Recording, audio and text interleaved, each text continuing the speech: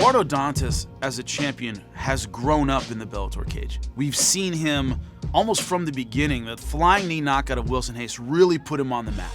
That made a lot of people go, whoa, this kid is something special. And then he wins the title. Zach Makovsky, up until that point, when he fought Eduardo Dantas, had been dominant, had blown guys away, really great at control, the wrestling. His submission game was really his ace in the hole. And Eduardo Dantas chokes him unconscious with an arm triangle choke.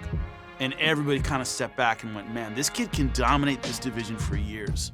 Then he defeats his mentor, Marcos Galvão. Very emotional fight, knocked him out. Then he takes on Joe Warren and he loses.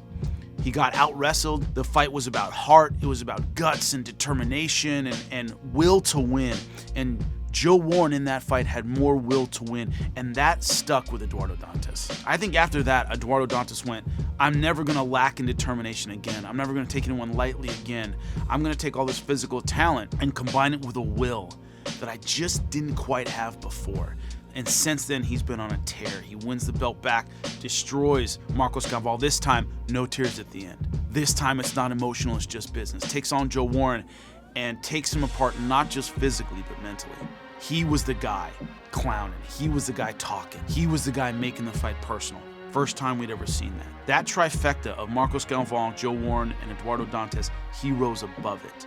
He is alone at the top now.